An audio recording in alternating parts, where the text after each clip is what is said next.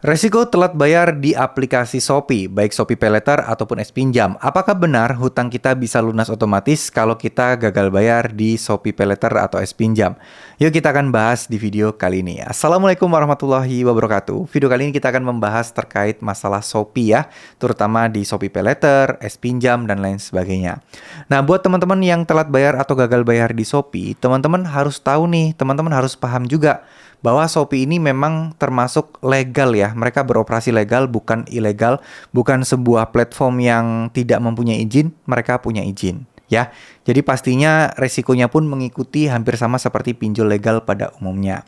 Nah, pertanyaan yang paling sering ditanyakan adalah apakah hutang di Shopee itu bisa lunas otomatis dengan sendirinya?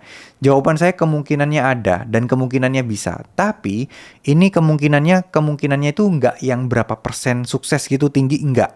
Probabilitasnya kecil, tapi ada kemungkinan utang kita bisa lunas.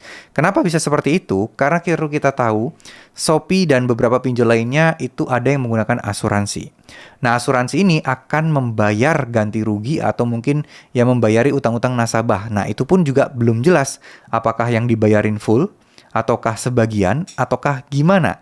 Ya, itu adalah rahasia dari si aplikasi pinjolnya tadi. Tapi apakah kemungkinan bisa lunas otomatis? Jawabannya bisa banget. Ya, cuman yang jadi masalah dan yang jadi persoalan di sini adalah berapa lama utang kita bakal bisa lunas otomatis. Itu kan yang paling penting.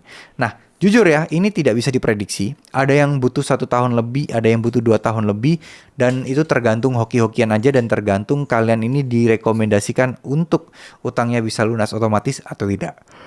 Dan prosesnya juga sangat panjang, nggak semata-mata sekejap gitu ya, nggak, sangat-sangat panjang, butuh tanda tangan beberapa jajaran mungkin direksi gitu ya, untuk bisa meloloskan, untuk bisa membuat utang kalian bisa segera lunas itu nggak main-main, karena kan ini semacam kayak ada uang, ada transaksional yang berubah gitu ya, ada pergeseran dari yang hal-hal yang biasanya sepele terus tiba-tiba menjadi agak rumit, agak ribet, itu juga harus diperhatikan ya.